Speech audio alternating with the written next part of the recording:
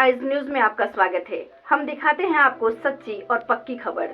आप हमारे चैनल को लाइक करें, सब्सक्राइब करें, शेयर जरूर करें, क्योंकि सबसे पहले कोई भी पक्की खबर और सच्ची खबर हम पहुंचाते हैं आप तक। इसलिए आप सभी से निवेदन है कि हमारे चैनल को देखते रहिए। रूटों का दोहरीकरण और 36 नए ट्रैक्स बिछाए जाएंगे। एक इस क्षेत्र में बड़ा काम होगा रेल के विस्तारीकरण में। खास करके हमारा जो यह क्षेत्र है जहाँ अररिया गलगलिया के लिए पहले से भी एक ट्रैक बन रहा है, उस ट्रैक से जितने गुड्स ट्रेन है उसी ट्रैक से जाएंगे, तो उसके लिए भी राशि का प्रावधान किया गया है। और यह सेवा शुरू होने से कई नई ट्रेनों को इस क्षेत्र से परिचालन का अवसर मिलेगा, क्योंकि बहुत सारा समय मालगाड़ियों के आवागमन में, खास करके जो नॉर्थ ईस्टर्न जो गुड्स ट्रेन जाती है इसी होकर जाती है, उसके कारण भी कई अच्छी ट्रेनों का परिचालन इस क्षेत्र से नहीं हो पा रहा था। और भारत नेपाल जो हमारा पड़ोसी राष्ट्र है, उसके साथ जो हमारा संबंध है, तो लगभग 100 करोड़ की राशि का प्रावधान किया गया है। विराटनगर तक हम रेल लाइन को ले जाएंगे, जिससे कि आवागमन के साथ साथ जो वाहक जो ट्रेन होंगे या जो कोचेज होंगे, उससे सामानों का आना जाना ज़्यादा बेहतर ढंग से हो जाएगा। और जो अपना कटिहार रेल डिवीज़न है, जिसमें करीब 20 स्टेशन ऐसे हैं जिसको कि हम सब अपग्रेड करने जा रहे हैं। अपग्रेड होगा और उसे एक बेहतर स्वरूप देने का काम किया जाएगा।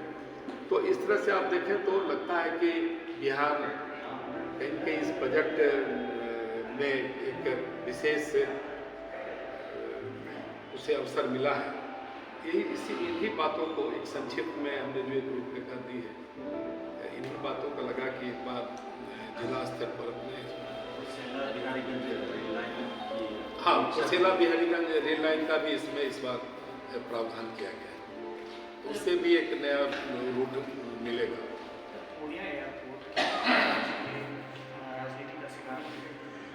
नहीं, देखिए, इसमें स्पष्ट मैं बताना चाहूँगा कि मैं केंद्रीय उड्डयन मंत्री श्री ज्योतिराव सिंधिया जी से मिला था।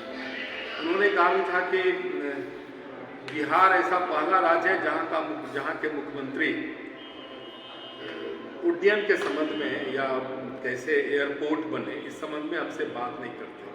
और जहाँ तक पूर्णिया का जो आर्मी का एयरपोर्ट है, उसको सिविल एविएशन के लिए उसका उपयोग करना है, तो उसमें सिर्फ एक चिट्ठी देनी है, जो उस चिट्ठी के कारण ये कई चीज़ें रुकी हुई है कि पूर्णिया एयरपोर्ट का जो विस्तारीकरण होगा उसको हम मुख्य सड़क से जोड़ने का काम राज्य की सरकार करेगी। और इसके कारण रुका हुआ है, और पता नहीं राजनीतिक कारण से या श्री नीतीश कुमार जी की इच्छा शक्ति लगता है बिहार के विकास के लिए खत्म हो गई है। और उन्होंने बहुत गोल जवाब दिया है। मुझे तो आश्चर्य लगा, मैं उनके इंटरव्यू को देख रहा था, तो सारी चीज़ें नहीं, मैं बता रहा हूँ ना, मैंने इसमें काफ़ी मेहनत किया है, मैं उनसे मिला भी हूँ, और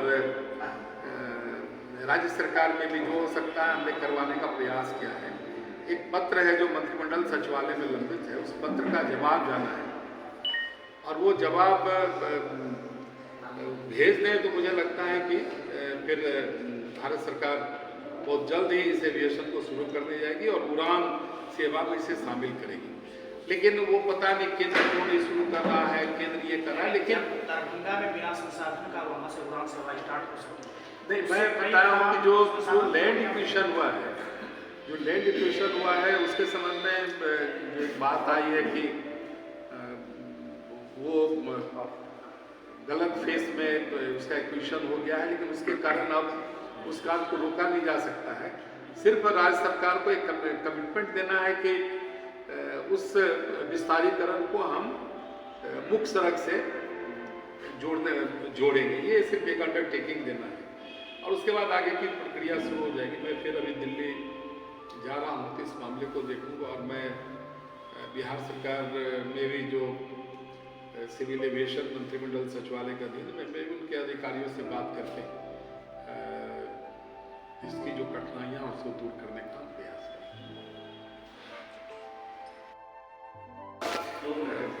50 वर्षों में उसे चुका सकती है, इसमें किसी प्रकार का कोई ब्याज राज्य सरकार को केंद्र सरकार को देना नहीं पड़ेगा।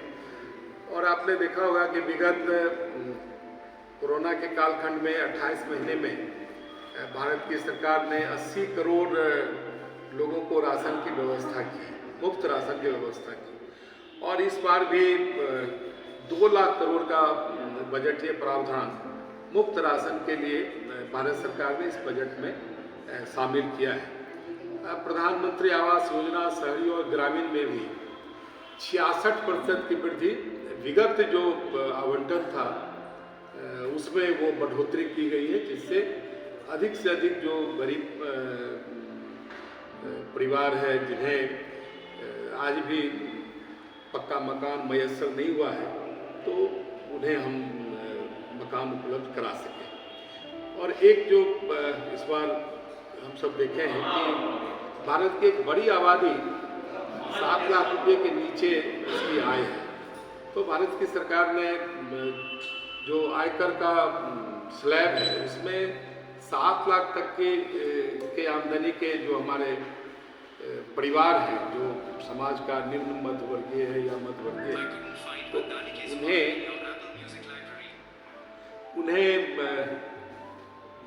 आयकर का भुगतान नहीं करना पड़ेगा।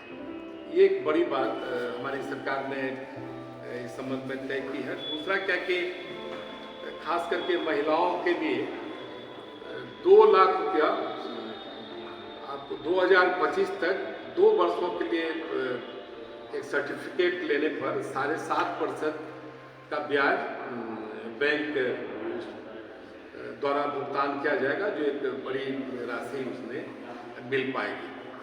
एक जो आगामी 3 वर्षों के लिए 47 लाख नौजवानों के लिए हमारी सरकार ने उनके कौशल विकास के लिए प्रावधान किया है, और खास करके उन्हें डीबीटी के माध्यम से एक निश्चित राशि भी उनके खाते में ट्रांसफर की जाएगी। इसका भी प्रावधान हमारी सरकार ने किया है।